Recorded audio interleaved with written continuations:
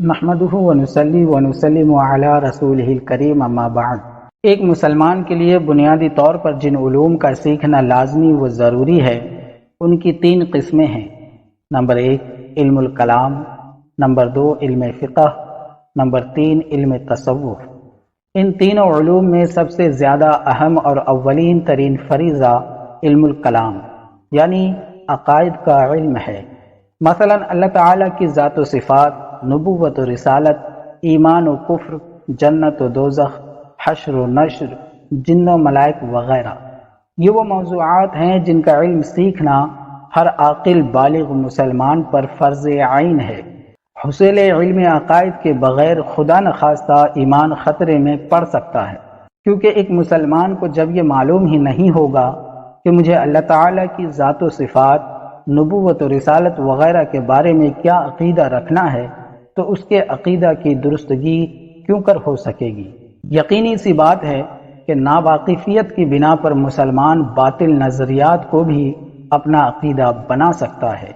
لہذا ہر ایک بذات خود تحفظ ایمان کے سلسلے میں اسلامی عقائد نہ صرف خود سیکھے بلکہ اپنے اہل خانہ، عزیز و رشتہ دار،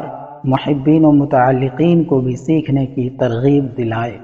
علم عقائد سیکھنے کا ایک بنیادی اور بڑا ذریعہ کتب عقائد ہیں۔ اس موضوع سے متعلقہ اردو زبان میں کئی کتب تحریر کی گئیں۔ ان تمام میں بہار شریعت مستند و معتبر ہونے کے لحاظ سے ایک امتیازی حیثیت کی حامل ہے۔ اس کے علاوہ بر صغیر ہند و پاک میں اسے بہت زیادہ شہرت بھی حاصل ہے۔ عوام ہوں یا خواص، ہر طبقہ بہار شریعت کو نہ صرف پسند کرتا ہے بلکہ بالاستیعاب مطالعہ کرنے کا ذوق بھی رکھتا ہے۔ لیکن موجودہ دور میں ہر ایک بہار شریعت سے استفادہ کرنے کی صلاحیت نہیں رکھتا۔ وجہ یہ ہے کہ صاحب بہار شریعت نے اپنے زمانے کے حساب سے کتاب کو عام فہم انداز میں لکھنے کی کوشش کی تھی، اور اب تغیر زمانہ کے حساب سے ہر شخص کے لیے بہار شریعت کو سمجھنا ایک مشکل کام بن چکا ہے۔ بالخصوص عقائد اسلامی سے متعلق حصہ اول بعض مقامات پر بہت ہی ڈیفیکلٹ ابحاث پر مشتمل ہے۔ لہذا ضرورت اس امر کی تھی کہ بہار شریعت کو دور حاضر کے تقاضوں کے مطابق عام فہم کر کے عوام کے سامنے پیش کیا جائے۔ اسی وجہ سے ہم نے اس درس کا سلسلہ شروع کیا ہے۔ اللہ تعالیٰ کی بارگاہ میں امید ہے کہ المولا تعالیٰ ہمیں اس کام کو آگے بڑھانے اور بالکل خلوص کے ساتھ کرنے کی توفیق عطا فرمائے۔ آئیے بہار شریعت کا پہلا درس شروع کرتے ہیں۔ عقیدہ نمبر 1، اللہ ایک ہے، کوئی اس کا شریک نہیں، نہ ذات میں نہ صفات میں۔ خلاصہ یہ کہ اللہ ایک ہے اور ذات و صفات، افعال و احکام اور اسماء میں اس کا کوئی بھی شریک نہیں ہے۔ اللہ ایک ہے، جیسا کہ اللہ تبارک و تعالی نے پارہ نمبر 30 سورہ اخلاص کی آیت نمبر 1 میں ارشاد فرمایا، قل هو اللہ احد، تم فرماؤ وہ اللہ ہے، وہ ایک ہے۔ اور پارہ نمبر 2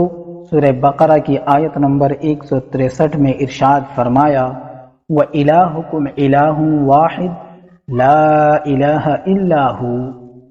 اور تمہارا معبود ایک معبود ہے، اس کے سوا کوئی معبود نہیں۔ جب رسول کریم صلی اللہ علیہ وسلم نے حضرت معاذ بن جبل رضی اللہ تعالی عنہ کو یمن کی طرف بھیجا تو ان سے فرمایا کہ تم اہل کتاب میں سے ایک قوم کے پاس جا رہے ہو، اس لیے سب سے پہلے انہیں اس کی دعوت دینا کہ وہ اللہ کو ایک مانے۔ عقیدہ توحید اور اس کی وضاحت۔ شرعی اعتبار سے یہ عقیدہ رکھنا کہ اللہ تعالیٰ اپنی ذات یعنی پرسنالٹی، اپنی صفات یعنی کوالٹیز اور جملہ اوصاف و کمالات میں یکتا و بے مثال ہے، اس کا کوئی ساجھی یا شریک نہیں، کوئی اس کا ہم پلہ یا ہم مرتبہ نہیں، یہ عقیدہ توحید کہلاتا ہے۔ توحید کا لغوی معنی، لفظ توحید وحدت سے بنا ہے،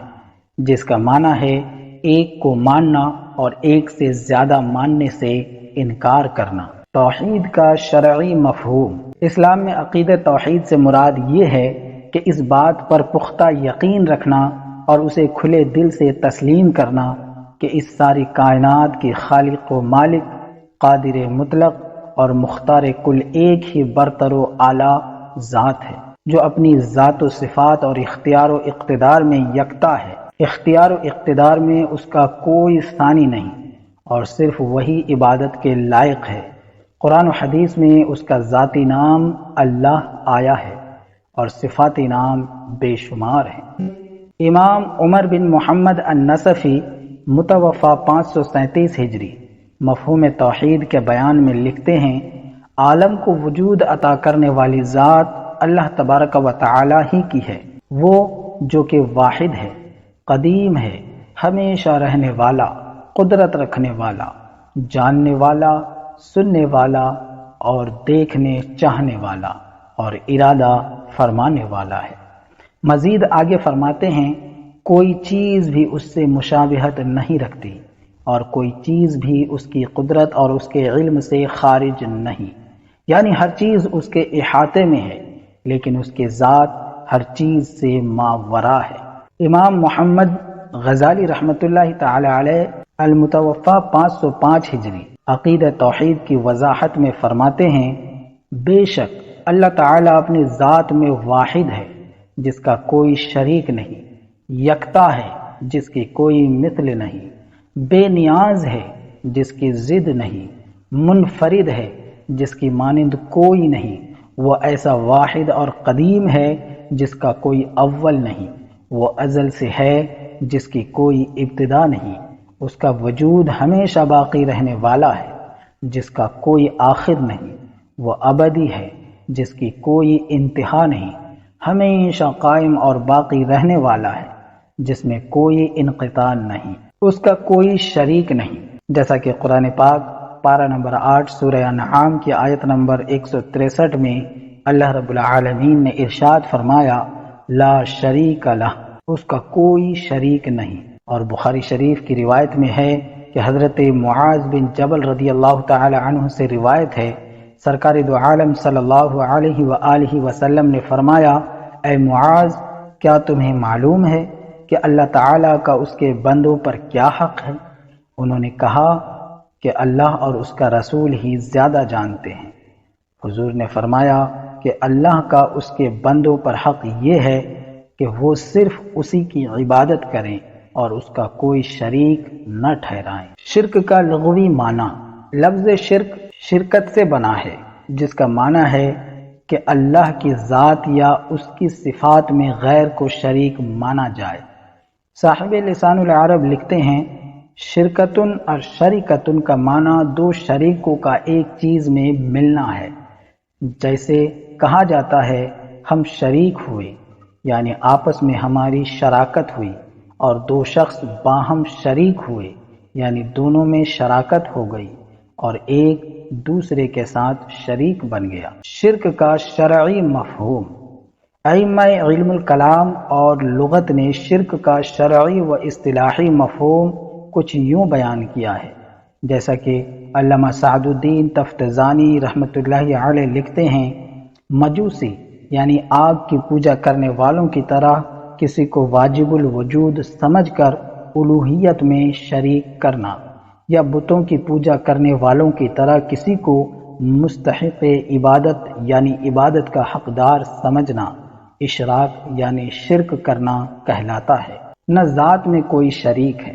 ذات میں کوئی شریک نہیں ہے،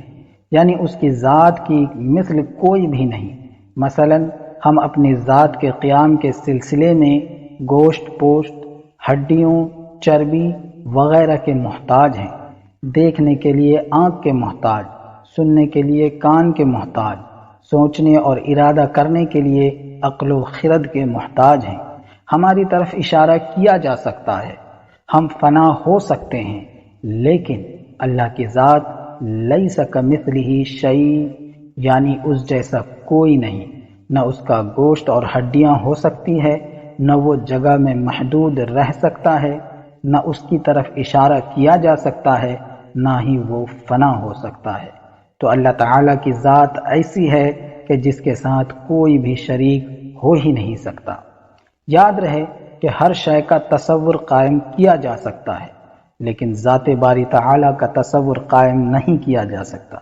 کیونکہ اللہ تعالیٰ کی ذات کا انکشاف کسی پر بھی نہیں ہوا اور نہ ہو سکتا ہے، اور نہ ہی ذات باری تعالیٰ کے بارے میں غور و فکر کرنا چاہیے، کیونکہ ہمارے نبی کریم صلی اللہ علیہ وآلہ وسلم نے ذات الہی کے بارے میں غور و فکر کرنے سے منع فرمایا۔ چنانچہ حدیث پاک میں آتا ہے تفکروا فی آلاء اللہ،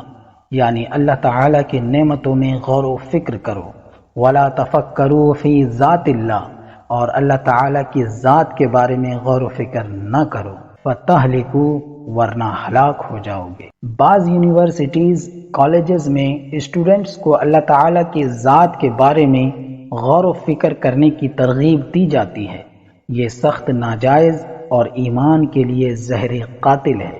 لہٰذا جو شخصیات اس طرح کا درس دیتی ہوں انہیں مذکورہ حدیث پاک سنا کر اچھے انداز میں سمجھایا جائے کہ اللہ تعالیٰ کی ذات کے بارے میں تصور قائم نہیں کیا جا سکتا، کیونکہ حضور پاک صلی اللہ علیہ وسلم نے منع فرمایا ہے، اور کیونکہ ہم نے اللہ تعالیٰ کو دیکھا ہی نہیں ہے۔ جب دیکھا ہی نہیں تو تصور کس طرح قائم کیا جا سکتا ہے؟ معلوم یہ ہوا کہ عدم تصور کے لحاظ سے بھی اللہ تعالیٰ کی ذات انتہائی یکتا ہے، تو اللہ تعالیٰ کی ذات میں کوئی شریک نہیں ہو سکتا، نہ صفات میں، یعنی اللہ تعالیٰ کی صفات میں بھی کوئی شریک نہیں، ذات کے مثل صفات رب العلا میں بھی اس کا کوئی شریک نہیں، یعنی مخلوق کی صفات اللہ تبارک و تعالیٰ کی صفات کے مثل نہیں ہو سکتی۔ مخلوق کی صفات کو بعین ہی اللہ تعالیٰ کی صفات کے مثل قرار دینا شرک ہوگا۔ مثلا ہمارا ایمان ہے کہ وہی رازق حقیقی ہے، یعنی حقیقی رزق دینے والا وہی ہے، وہی خالق حقیقی ہے، وہی مالک حقیقی، قادر مطلق اور مختار کل ہے، وہی حقیقی مددگار ہے۔ اب اگر کوئی شخص مخلوق کو اللہ تعالیٰ کی مثل رازق کہے، اس کی مثل مالک کہے، یا مخلوق میں سے کسی کی صفت کو بعین ہی اللہ تعالیٰ کی صفت قرار دے تو ایسا شخص مشرک کہلائے گا۔ لہذا عقیدہ یہ ہونا چاہیے کہ اس ظاہری دنیا میں جن چیزوں سے ہمارا واسطہ پڑتا ہے وہ محض علل و اسباب ظاہری ہیں، ان اسباب کی خود کوئی حیثیت نہیں، یعنی یہ خود کوئی مسبب مؤثر نہیں ہیں، بلکہ ان کے پیچھے مؤثر حقیقی صرف اور صرف اللہ کی ذات ہے، اور وہی مسبب الاسباب ہے۔ یہاں ایک اعتراض ہوتا ہے کہ اہل سنت و جماعت نبی کریم صلی اللہ علیہ وسلم کے لیے علم غیب مانتے ہیں، آپ کو مشکل کشا، حاجت روا، دافع البلا والوبا، داتا وغیرہ مانتے ہیں، تمام کائنات میں آپ کا تصرف مانتے ہیں، اور اسی طرح کی دیگر صفات آپ کے لیے تسلیم کرتے ہیں، حالانکہ یہ صفات تو اللہ تعالیٰ کی ہیں۔ تو کیا اہل سنت شرک کے مرتکب نہیں ہوں گے؟ اس کا جواب ہے جی نہیں، اہل سنت شرک کے مرتکب نہیں ہوں گے، کیونکہ شرک کا ارتکاب تو اس وقت ہوتا جب اہل سنت نبی کریم صلی اللہ علیہ وسلم کو بعین ہی اللہ تعالیٰ کی صفات کے مثل مانتے، جبکہ اہل سنت یہ کہتے ہیں کہ اللہ تعالیٰ کی تمام صفات 4 خوبیوں سے متصف ہیں۔ نمبر 1، اللہ تعالیٰ کی ہر صفت قدیم یعنی ہمیشہ سے ہے، اس کے مقابلے میں لفظ حادث آتا ہے، حادث یعنی جو چیز پہلے موجود نہ ہو بعد میں وجود میں آئی ہو۔ نمبر 2، اللہ تعالیٰ کی ہر صفات ذاتی یعنی اس کی خود کی ہے، کسی دوسرے کی دی ہوئی نہیں ہے، اور جو چیز کسی دوسرے کی دی ہوئی ہو اسے ہم عطائی کہتے ہیں۔ نمبر 3، اللہ تعالیٰ کی ہر صفت غیر فانی ہے جو کبھی فنا نہیں ہو سکتی۔ نمبر 4، اللہ تعالیٰ کی ہر صفت لامحدود ہے جس کی کوئی حد نہیں، جبکہ مخلوق کی صفات حادث، عطائی، فانی اور محدود ہیں۔ خلاصہ یہ ہوا کہ اللہ تعالیٰ کی صفات قدیم ہیں اور ہماری حادث، اللہ تعالیٰ کی صفات غیر فانی اور ہماری فانی ہے، اللہ تعالیٰ کی صفات ذاتی ہیں اور ہماری عطائی ہے۔ اللہ تعالیٰ کی صفات لامحدود ہے اور ہماری محدود ہے۔ اسی بنیاد پر اہل سنت کہتے ہیں کہ نبی کریم کی تمام صفات حادث عطائی محدود ہیں اور ان پر فنا کا واقع ہونا بھی ممکن ہے، اگرچہ فنا کا وقوع نہیں ہوگا۔ لیکن اللہ تعالیٰ کی تمام صفات قدیم، ذاتی، لامحدود اور غیر فانی ہیں، لہٰذا یہاں سے شرک کا تصور بالکل ختم ہو گیا اور معلوم یہ ہوا کہ رب کائنات کا کسی صفت میں کوئی بھی کسی طرح سے بھی شریک نہیں ہے اور نہ ہی ہو سکتا۔